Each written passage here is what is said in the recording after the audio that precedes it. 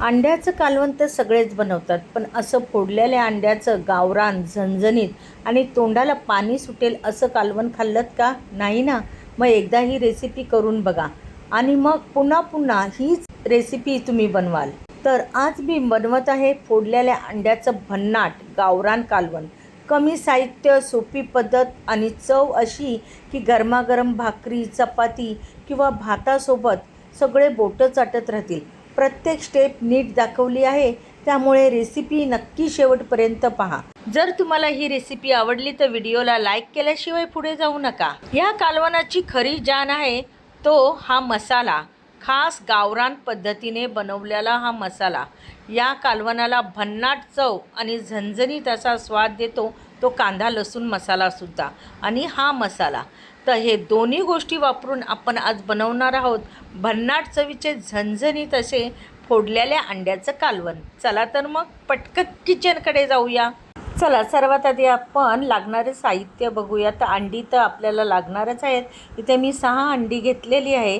तसंच एक कांदा उभा चिरून घेतला आहे, 2 हिरव्या मिरच्या, तसंच अर्धी वाटी सुकं खोबरं, कोथिंबीर, लसूण, आलं आणि 1 टमाटर चिरून घेतलेला आहे.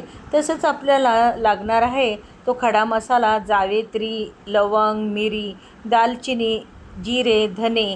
तसंच आपल्याला 1 चम्मच भरून चण्याचं पीठ लागणार आहे, कांदा लसूण मसाला, लाल काश्मीरी लाल मिरची पावडर, तसंच हळद आणि मीठ लागणार आहे आपल्याला. तर हे सर्व साहित्य आपण रेडी करून घेतलेलं आहे. तर आता आपण आपल्या रेसिपीकडे जाऊया. सर्वात आधी तर आपण मसाला तयार करूया. एका पॅनमध्ये 1 चम्मच भरून तेल घालून घेतलं आहे आणि 1 उभा चिरलेला कांदा आपण त्यामध्ये व्यवस्थित असा फ्राय करून घेणार आहोत. कांदा थोडा भाजत आला आणि मऊ पडला की त्यामध्ये उभा चिरलेला 1 टमाटर आपण घालून घेणार आहोत आणि त्यालासुद्धा कांद्यासोबत व्यवस्थित असा फ्राय करून घेणार आहोत. कांदा टमाटर थोडे भाजत आले की त्यामध्ये आलं, लसूण आणि 2 हिरव्या मिरच्यांचे तुकडे घालून घेतलेले आहेत. तिखटाचं प्रमाण हे तुम्ही तुमच्या आवडीनुसार कमी जास्त करा. आता आपण यामध्ये खडा मसाला भाजून घेणार आहोत.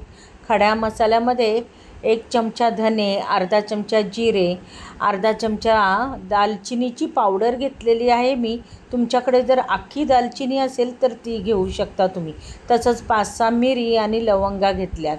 तसंच आपण यामध्ये अर्धी वाटी सुकं खोबरं किसून घेतलेलं आहे आणि मूठभर कोथिंबीरसुद्धा घातलेली आहे.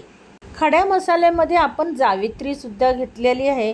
ती वापरल्यामुळे सुवास खूपच सुंदर येतो. आता हा सर्व मसाला आपल्याला व्यवस्थित असा भाजून घ्यायचा आहे.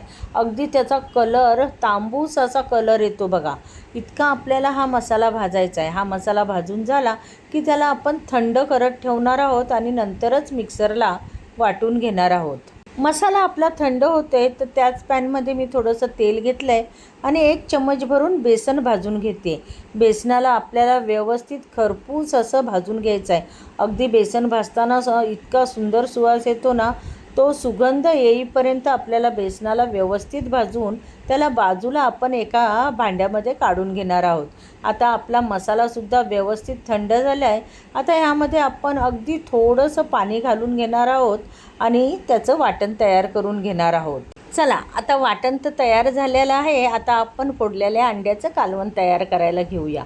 तर एका कढईमध्ये 2-3 चम्मच भरून तेल घालून घेतलेलं आहे आणि जो आपण वाटण तयार केलेलं तो वाटण आपण ह्या तेलामध्ये घालून घेणार आहोत.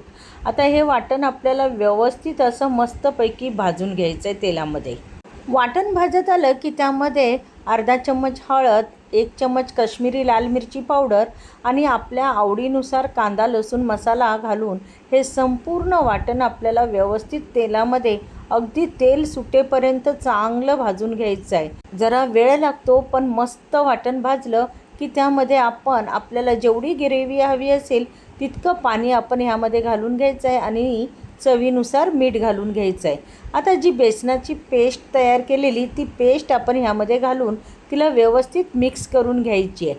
आता ह्या कालवणाला आपल्याला मस्तपैकी उकळी आणून द्यायची आहे. कालवणाला छानशी उकळी आली की आपण त्यामध्ये 1-1 अंडं फोडून घालून घेणार आहोत. 1-1 अंडं वेगवेगळ्या जागेवर फोडून घाला. आणि एकत्रित घालू नका. असं एक एक अंडं वेगवेगळ्या ठिकाणी घातल्याने काय होईल, अंडं एकमेकांना चिकटणार नाही. आणि आता अजिबात ह्या कालवणाला हलवायचं नाही आहे थोडा वेळ तरी. थोड्या वेळानंतर तुम्ही ह्या कालवणाला हलवून बघा. अंडं मस्तपैकी शिजलेलं असेल आणि आपल्याला मस्तपैकी फोडलेल्या अंड्याचं कालवण तयार मिळणार आहे. आता ह्याला थोडा वेळ आपण छानसं कढून देणार आहोत. बघा, मस्तपैकी आपली फोडलेल्या अंड्याचं कालवण तयार झालेलं आहे आणि ग्रेव्हीसुद्धा आपली मिळून आलेली आहे, ते सुद्धा बेसनामुळे. काय होतं, फोडलेल्या अंड्याचं जर कालवण तयार करायचं असेल तर ग्रेव्ही एका बाजूला आणि अंडं एका बाजूला असं होतं. पण बेसनामुळे ग्रेव्ही आणि अंडं मस्तपैकी मिक्स झालेलं आहे. तर ग्रेव्ही व्यवस्थित मिक्स झालेली आहे, मिळून आलेली आहे. आता ही फोडलेल्या अंड्याचं कालवण तुम्ही कशासोबतही खा, एक नंबर लागणार. करून बघा, तुम्हाला नक्कीच आवडेल. फोडलेल्या अंड्याचं कालवण तयार झालेलं आहे. अगदी गावरान पद्धतीने आपण हे अंड्याचं कालवण तयार केलेलं आहे. तुम्ही ही रेसिपी तुमच्या किचनमध्ये नक्की बनवा.